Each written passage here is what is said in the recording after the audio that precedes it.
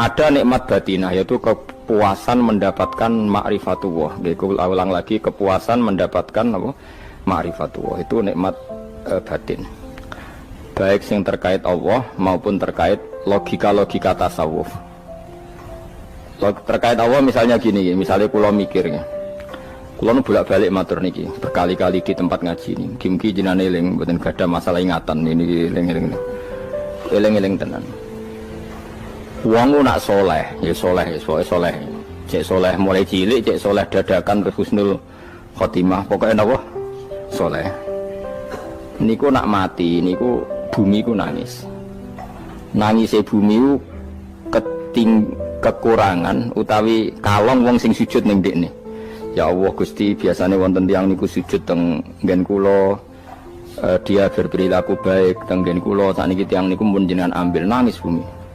Sakniki sing urip arek bedua-bedua, damel narkoba, damel ngefly, damel macam-macam lah. Niku nangis bumi. Langit semeneng. Gusti matur nuwun Gusti, orang itu saya tunggu lama, sekarang sudah engkau angkat ke tempat kami. Maksudnya diangkat teng langit. Sing bumi nangis, sing langit napa? Seneng. Nah kemudian kita berpikir begini, bumi kok iso nangis piye?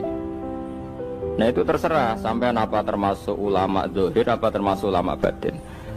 Kalau ulama zahir mengatakan bumi nangis itu mau kinayatun anil husni, pokoknya pantese bumi itu susah, wong kelangan putra terbaiknya.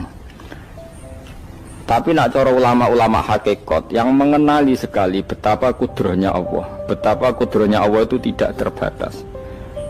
Itu yang meyakini bumi nangis itu nangis tenan. Misalnya ngaten kalau tak terang malih ya. Kowe bayangno dadi Nabi Adam, ngrungokno kowe. Kowe bayangno dadi Nabi Adam. Nabi Adam tenan maksudnya. Terus Nabi Adam orang pertama dia tahu betul kalau dia dicipta dari bumi. Dan dia pula tahu betul, beliau tahu kalau dia bisa ngomong, bisa mikir, bisa macam-macam. Terus indukannya beliau itu bumi.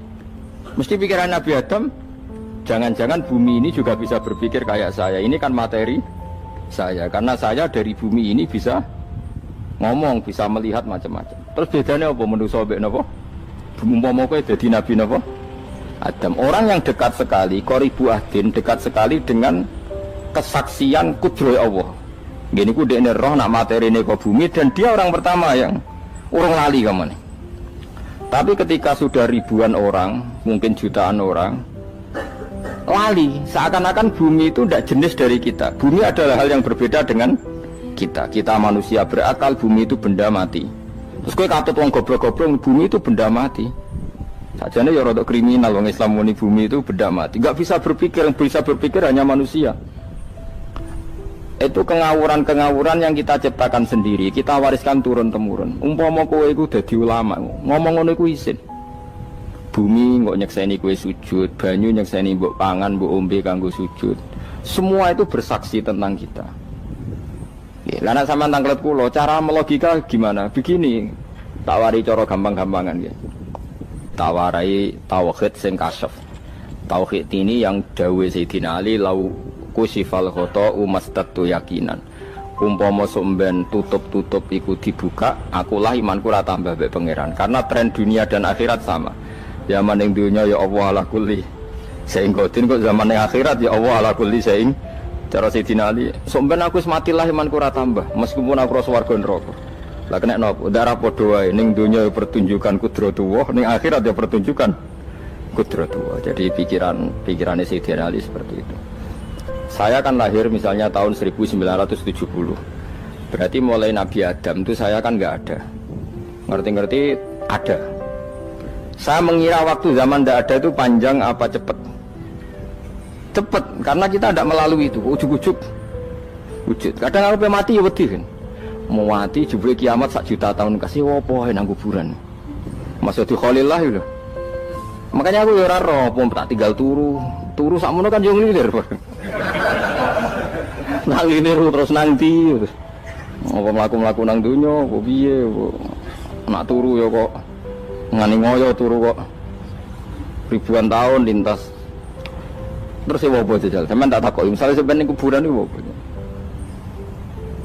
Apa ngadepi mungkar nakir tukaran terus itu keselen tukaran kok nopo ratusan ribu mungkin. Nah terus kita dilatih. Kata Sayyidina Ali gampang latihan seperti kata Sayyidina Ali apa gampang ya udah menjadi wong alim. Pada akhirnya kita ini aku zaman urip yo ora roh karepe. Ngerti-ngerti urip, mati yo ora roh karepe. Pas mati sampean petangin dah yo ora roh karepe. Pokoke wa matar sauna illa ya syawah. Makanya masyhur itu dia ketemu orang ateis. Dia orang ateis itu anti Tuhan, anti Tuhan maunya. Dia ditanya, lalu kamu hidup itu karena siapa? Ya gak tahu hidup. Lalu kamu mati yang menentukan siapa? Ya gak tahu, kalau tahu mati. Ya berarti Anda gak bisa menentukan diri kamu sendiri. Akhirnya dia taslim. Ya ada yang menentukan. Lah ya ada yang menentukan itu dalam Islam disebut apa?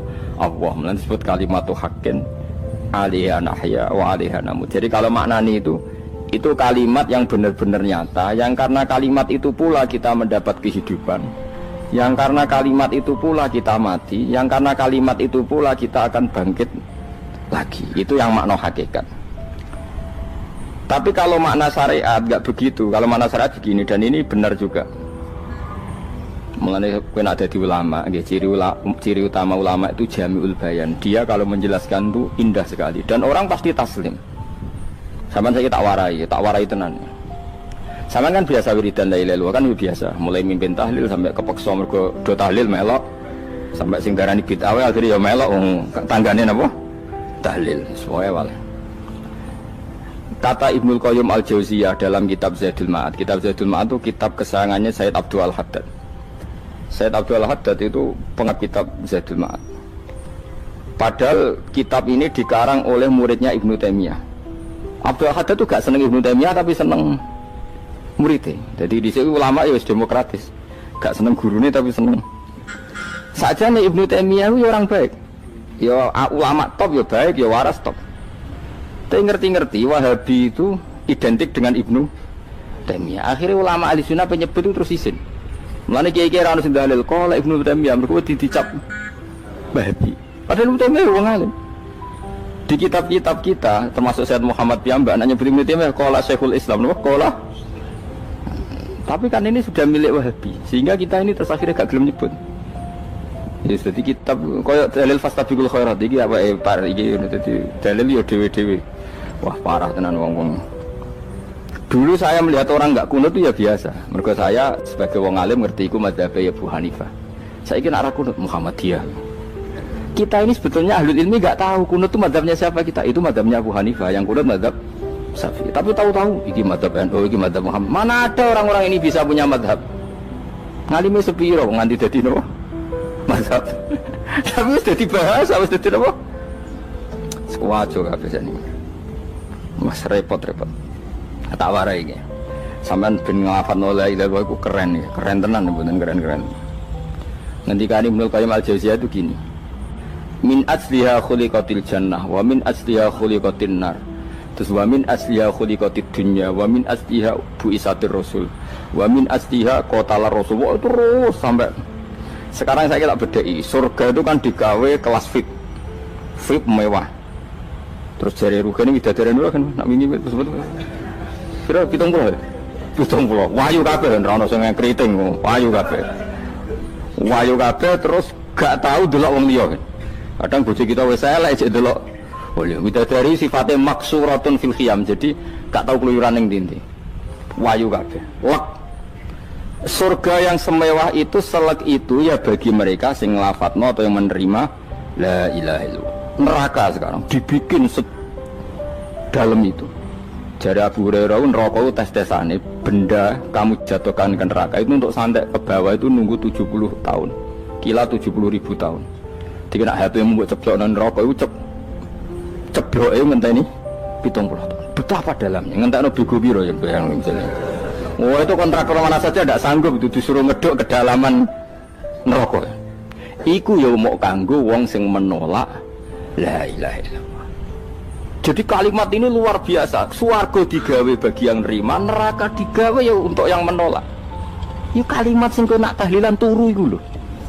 Iku kalimat sing nggo alasan Allah gawe swarga. Terus kalimat sing suwe-suwe sing lafadzno diarani bid'ah iku. Itu kalimat sesakral ini nasibnya akhir zaman itu entek. Gara-gara dilafadzno tahlilan tersangka jadi apa? Bid'ah. Dulu kalimat yang dipuja-puja penyebab surga dan neraka. Saiki kalimat itu tersangka. Mau perkara napa? Bid'ah. Wis aja melok-melok, kowe debat ya ora iso makili aku sebarno iso. Kok kowe terusno dalan tok. Dah. Berarti la ilaha illallah itu kalimat yang surga dibikin karena itu, neraka dibikin ya karena itu. Kemudian Allah punya sunnah, lalu butuh pelatihan. Dikasihlah Allah dari bumi. Piye manusia butuh latihan, dibikinlah bumi. Dan ini latihan ikrar la ilaha illallah dengan sadar, dibikinlah bumi, liyabluwakum terus dites. Wes digawe bumi, ono makanan, ono minuman, ono wong wayah, ono pegatan macam-macam, wong diutang wis mbulet macam-macam. Gue ngetes, eling la ilaha illallah apa eling utangi, eling la ilaha illallah apa eling kasuse, pokoknya dites.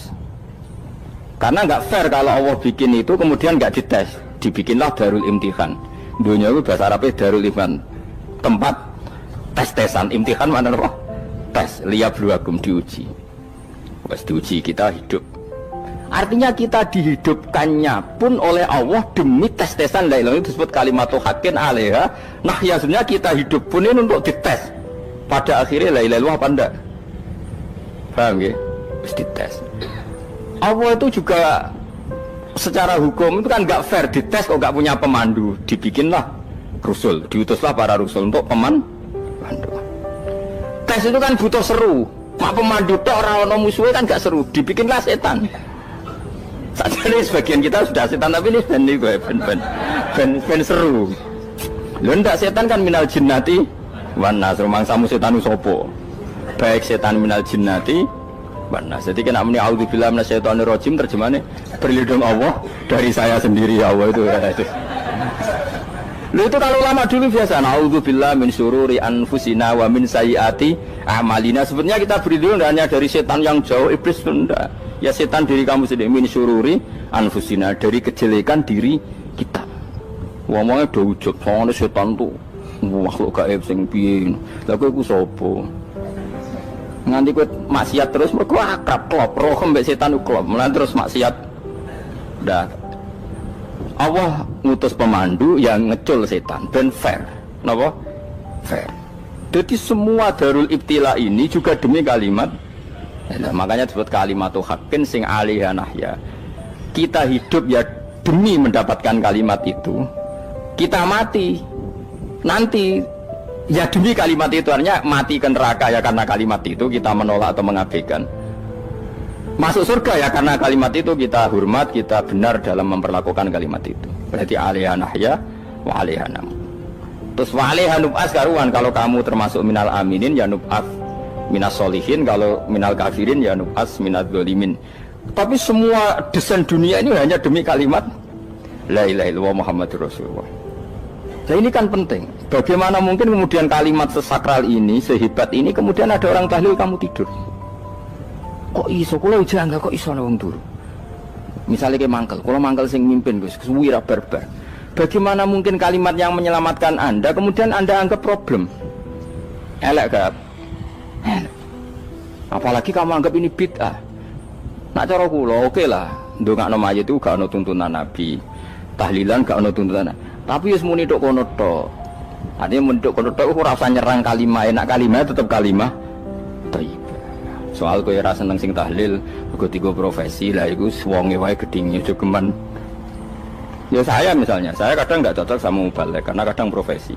Tapi saya tidak pernah anti pengajian, bagaimana itu membawa syiar Islam. Tapi kalau mubalek kadang ora seneng, kadang takon entuk piro. Bareng sangoni sithik, kok sumpah mek transportasi ini. Lah ngono kok mbok senengi iku piye? Tapi kita terus gedeng keliru, ku sing gawa syiar Islam. Mana ada pengajian didengar orang banyak tanpa mubalek? Gak iso.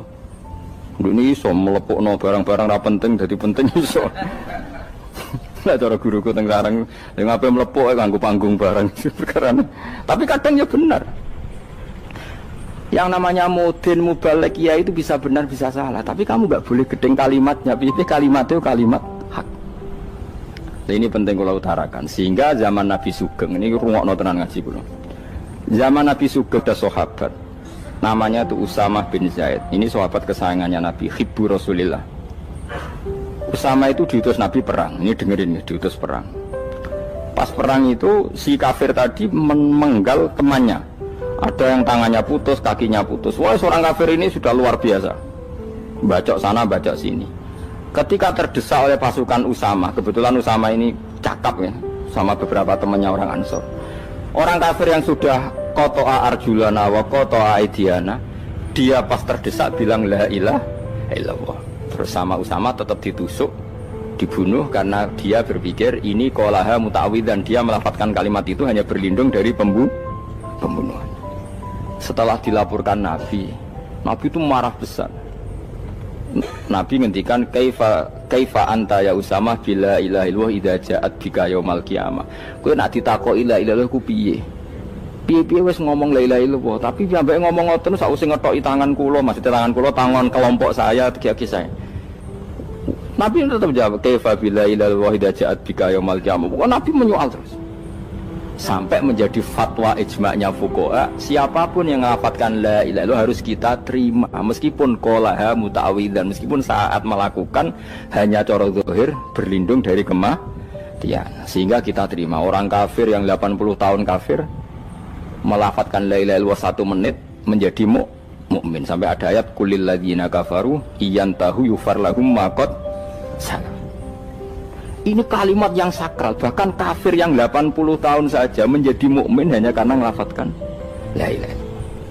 Mulanya yang ngaji saya, yang senang saya, jangan pernah kamu mengatakan ada bid'ah yang orang bisa jadi kafir. Bagaimana mungkin orang mukmin yang ke kuburan dan melafadzkan la ilaha illallah kamu katakan kafir? Padahal kalimat ini yang kafir 80 tahun saja menjadi mukmin. Saiki ana wong nglafadzno la ilaha illallah mergo salah tempat pinggir patok mbok arani kafir. Kok aneh? Sing kafir 80 tahun dadi mukmin iki gara-gara ngafalno la ilaha illallah dadi kafir. Mergo mau salah kali, salah tempat. Ning pinggir apa? Patok. Mboten ora cocok muni nganggur, wong sering ziarah ku nganggur. Nyatane ya tenan. Cara dene pegawai negeri ora sering ziarah. Nah iku tapi ora usah muni kafir, muni kafir gak mungkin lah. Coba kalimat ini itu orang kafir yang 80 tahun menjadi apa coba dengan melafadzkan kalimat ini? Mukmin kan? Berarti kalimat ini adalah kalimat penghilang kekafiran. Lalu karena dilafadzkan secara salah dianggap kafir. Hanya karena bid'ah itu tidak mungkin. Makanya sebetulnya Wahabi yang alim-alim itu tidak berpendapat demikian. Saya punya beberapa referensi Wahabi yang alim itu tidak pernah mengkafir-kafirkan orang karena perdebatannya seperti itu. Tapi saat ini wis kuwajo. Sebenarnya kalau orang alim itu ya mirip-mirip. Entah Wahabi entah tidak mirip-mirip. Karena kalimat tadi. Wahabi itu kitab terbesarnya itu Ibnu Taimiyah. Ibnu Taimiyah itu punya murid Ibnu Qayyim Al-Jauziyah. Itu sampai sekarang saya lihat di fatwanya Ibnu Taimiyah itu begitu hormat sama orang-orang kita ini sama. Tapi tahu-tahu lewat penyaduran sana sini terus menjadi kacau.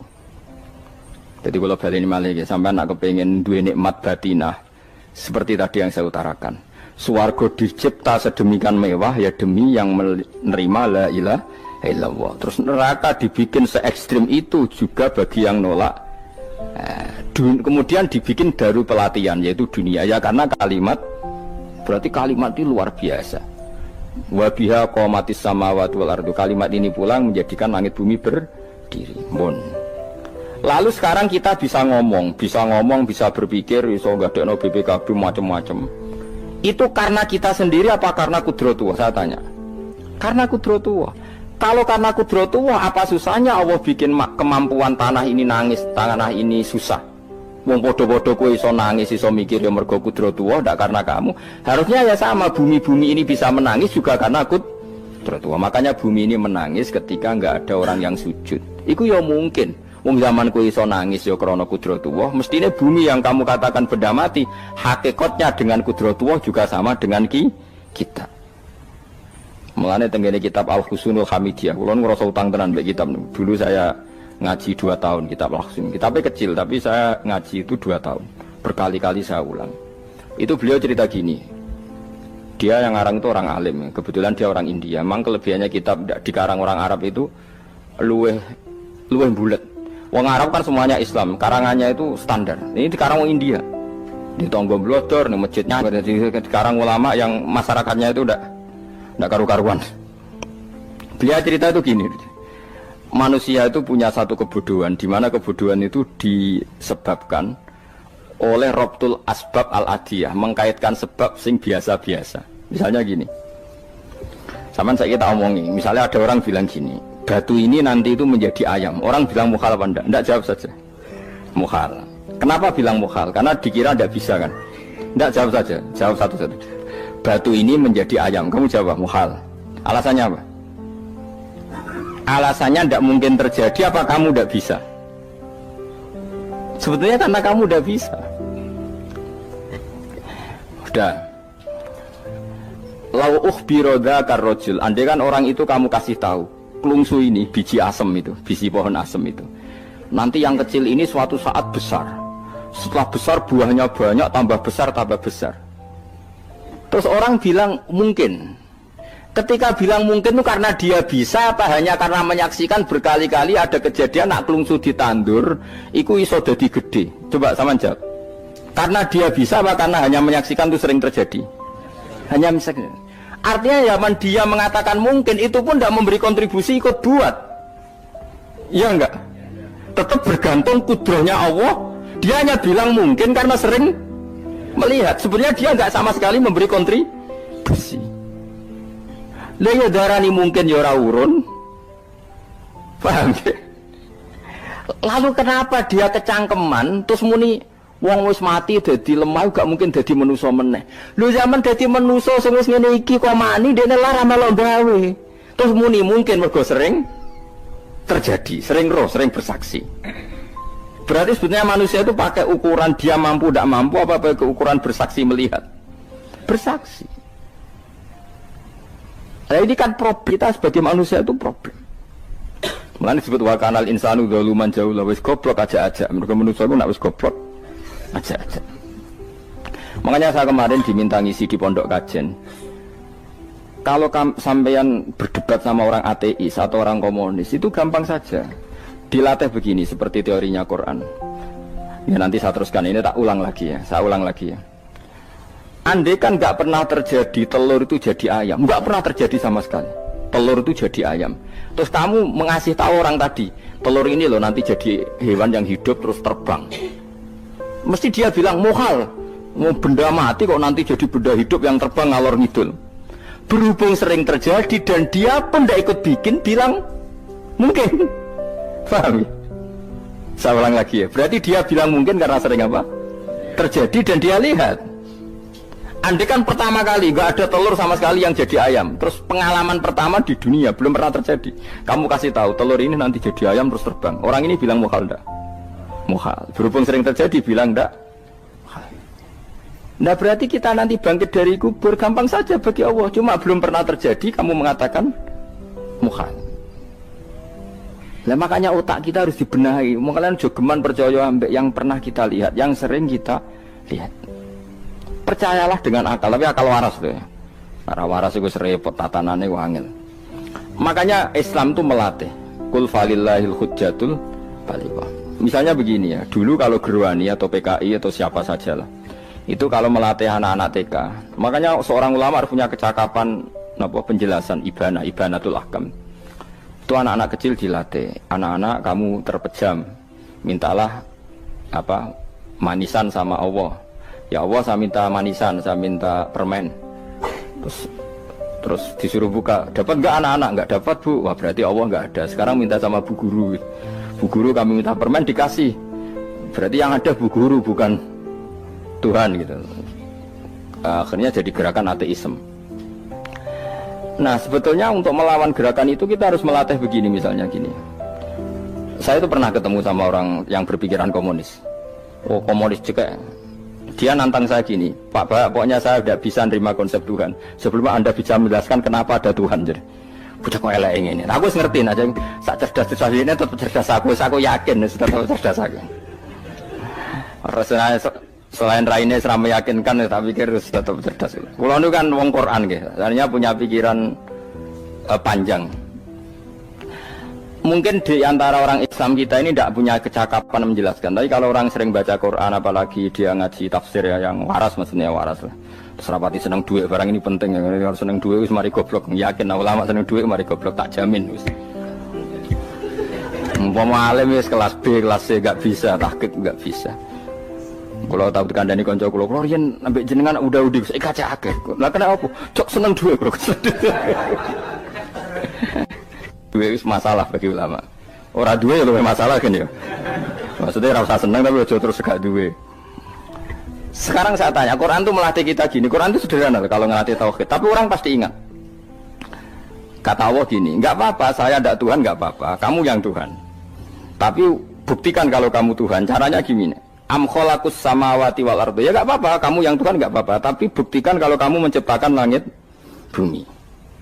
Mereka pasti ikrar. Ya tidak mungkin saya menciptakan bumi. Saya lahir sudah ada bumi. Yesus lahir sudah ada bumi. Nggak mungkin Tuhan. Terus Tuhan membuat pertanyaan kedua. Am khuliqu min ghairi syai'in. Ya sudah. Kalau saya tidak Tuhan, lalu nggak ada Tuhan, berarti alam raya ini tercipta oleh sesuatu yang nggak ada. Aneh nggak? Misalnya sebelum alam raya ini nggak ada Tuhan. Berarti sebelum alam raya ini kan adanya nihilisme, sesuatu yang nggak ada. Kemudian sesuatu yang nggak ada menjadi penyebab sesuatu yang ada. Aneh nggak? Belum ya aneh. Sesuatu yang nggak ada itu mestinya kan nggak bisa ngelabeti, nggak bisa berfungsi, nggak bisa ada gunanya. Mau jenenge ra ono iku ora marai apa-apa. Mau ra ono kok dadi sebab. Sesuatu yang menjadi sebab itu yang wujud apa yang nggak ada? Yang wujud. Sak takoi. Nah kalau nggak ada Tuhan berarti alam raya ini lalu sebabnya apa? Ya dari ketiadaan, lalu tiada itu menjadi sebab. Yang tiada kok jadi sebab itu tekem lho. Mikir. Di mana-mana yang sebab itu harus barang yang wujud. Nggak boleh tiada kok jadi sebab. Ini kan jadi aneh, sesuatu yang tiada menyebabkan sesuatu yang ada. Terus dia bilang, ya pokoknya ronde ini kalah, Pak. Tahu kapan tak pikir aja. Pikir nganti mati temenang aku ini ngono. Makanya sebetulnya dalam ilmu mantek, pertama itu kita tidak harus iman Tuhan itu namanya Allah, tidak harus. Makanya pertama dikenalkan, sementing kenal Tuhan itu ada dulu. Disebut zat sing wajibil wujud, belum disebut namanya Allah. Allah itu disebut nama Islam, itu paham ya? Saya ulang lagi, Allah disebut itu nama Islam. Tapi kalau penemuan akal hanya sampai kita ini butuh zat sing wajibil wujud, sing menjadi penyebab semua alam raya ini. Di bahasa Arab disebut musabbibul asbab. Belum menyebut Allah musabbibul asbab. Islam pun pertama Iqra turun ya gak nyebut Allah. Iqra bismi rabbikal ladzi khalaq, khalaqal insana min 'alaq. Iqra wa rabbuka. Tuhan itu siapa? Yang mencipta. Nah, yang mencipta ini oleh syariat Islam disebut Allah. Tapi dalam logika yang penting gue kenal si ono musabbibil asbab. Pastikan bahwa alam raya ini yang wujud pasti disebabkan sesuatu yang ada. Nggak boleh barang wujud kok diciptakan oleh sesuatu yang tidak ada. Yang gendeng ora barbar barang ra ono mbok sifati al khaliq. Sing gawe langit bumi apa? Pencipta. Penciptane apa? Sesuatu yang tidak ada. Kowe ikhlas dutek ngono kowe ikhlas ta ora?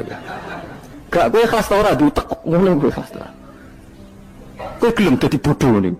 Gelem kowe. Mboten. Nah, nikmat ngono jenenge nikmat batin. Mulane sing suwenang mbek kalimat la ilaha illallah. Wis ana sing bid'ahnallah iku wong nganggur wis beno sak uni-unine. Tapi kadang memang kita berlebihan. Tahlilan ra barbar 40 dina ini ra barbar. Muga alasane wis disangoni akeh tahlil sedih lho sakake penggemar sing keselen sing rantuk sangu ya butuh cepet.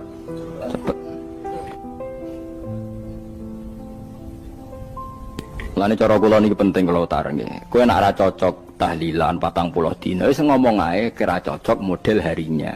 Tapi ki aja menolak kalimat la ilaha illallah iku disifati Kanjeng Nabi kalimat thayyibat. Wong Nabi nyifati thayyibah, kalimat yang suci kok nyifati bid. Tak soal kira cocok wong sebut. Misalnya kamu bilang saja wong mati wis sangu amale lha apa didongakno barang. Nek kowe pengen ndonga ora usah ndonga. Wis ora usah biasa wae. Kula lah mbok dongakno ora seneng. Gak meyakinkan. Karo dene mlebu swarga butuh dongamu ora ono swarga fadhole pangeran apa mbok dongano barang. Nah tapi kowe donga aku ya seneng. Senenge ya semau lah timbang nyanyi-nyanyi rame-rame sadok donga. Mbok mandi mbok ora pokoke donga. Saya ulang lagi ya. Makanya Quran itu melatih logika sampai seperti itu. Am khalaqus samawati wal ard bal la yuqinun, sampai terus diulang-ulang. Am khuliqu min ghairi syai'in. Kalau mereka merasa Tuhan enggak apa-apa, tapi buktikan mereka ini wujud sendiri tanpa sebab. Atau begini, kalau mereka tidak tahu sebab pencipta langit bumi, mereka sendiri suruh yakin kalau mereka adalah penciptanya. Am humul khaliqun, enggak apa-apa. Ya tapi masih Abu Jahal gendeng lah, masih Abu Lahab ngawur lah, nak takoki ya wes pangeran kowe wae sing gawe langit bumi. Penggemarnya saja pasti tertawa. Mosok Abu Lahab darani pencipta langit bumi, wong lahir wae ning bumi. Tapi Quran oleh ngojlok am khalaqus samawati wal ardo. Apakah mereka menciptakan langit bumi? Bala yuqinun, mereka pun tidak pernah yakin. Jadi itu pangeran. Makanya di mana-mana orang alim itu suka debat. Karena pangeran sendiri kalau menjelaskan kebenaran seringnya juga nantang debat. Kata Allah, Qul ara'aytum ma tad'una min dunillah aruni madza khalaqu minal ardi am lahum syirkun fis samawat. Enggak apa-apa mereka Tuhan kata Allah, tapi buktikan zaman langit diciptakan mereka memberi kontribusi apa? Apa urun bego, apa urun cagak, apa piye lah pas aku gawe langit iku dekne urun apa jare am lahum syirkun fis samawat. Misale urun apa lah?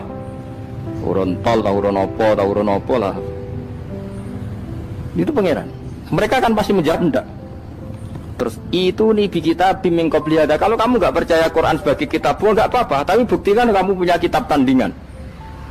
Nggak, mereka nggak punya juga. Atau gini, nggak usah Quran, nggak usah sakralan. Au atharotim min ilmin, atau kajian ilmiah yang membuktikan bahwa Yesus itu Tuhan, atau yang membuktikan bahwa berhala itu Tuhan.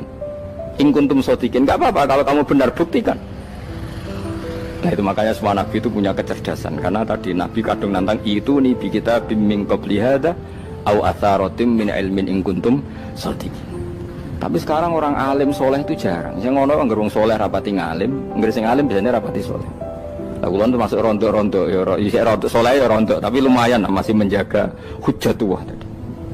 Sebab itu ulama dulu mengajarkan Allah itu siapa? Disifati zat sing wajibil wujud. Karena alam ini kadung ada. Kalau alam ini kadung ada, pasti penyebabnya sesuatu yang wujud. Tapi kalau wujudnya mungkin, bahaya. Wong sing gawe wae wujude terima mungkin, bisa wujud bisa tidak. Makanya dipermanenkan yang gawe alam ini zat sing wajibil wujud. Sing wujudnya wajib. Wajib itu enggak bisa enggak, pasti wujud. Nah terus kita kenal itu namanya khaliq, itu musabbibil asbab, itu khaliqul asya. Lalu oleh Islam zat yang demikian itu disebut Allah. Terus jadi la ilaha illallah. Nah orang yang bertauhid gini tentu punya kenikmatan batin yang luar biasa. Sehingga saya bayangkan nanti mati yang ngono biasa wae kan. Gusti zaman kula teng donya ora melok ngatur oksigen, ngatur nyawa, apa mati ndak ra ngoten. Mulane jare Siti Ali, jenengan jenengan nak mati tambah pinter apa biasa? Biasa wae. Ning bumi yo ndelok kudrohe Allah, kok ning akhirat ndak ra padha wae ndelok kudrohe Allah. Mulane beliau masyhur guyonan beliau lauku sifal ghata mastatu yakinan. So ben aku nek mukasafah ning akhirat imanku yo ora tambah, yo biasa wae, standar-standar wae. Maksudnya kue ning dunya ujung-ujungnya paling pokok ya menyaksikan kudratullah. So ben ning akhirat ujung-ujungnya paling pokok ya delok kudratullah. Ning dunya saiki Allah ya matlubi sing kita cari, so ben ning akhirat ya Allah matlubi. Paham ya? Artinya hukum dunia dan akhirat itu sama. Kita di dunia golek ridhanya Allah, ning akhirat ya golek napa? Ridhanya Allah. Lah soal kecil itu, tapi ning akhirat masalah Gus pun rokok masalah, diutang ditagih yo masalah, kere suwi ku yo masalah. Ya biasa jenenge makhluk anane masalah. Sing ora oleh di masalah pangeran. Pangeran duwe masalah. Biasa wae. Lah makanya kula suwun nggih aja geman gedeng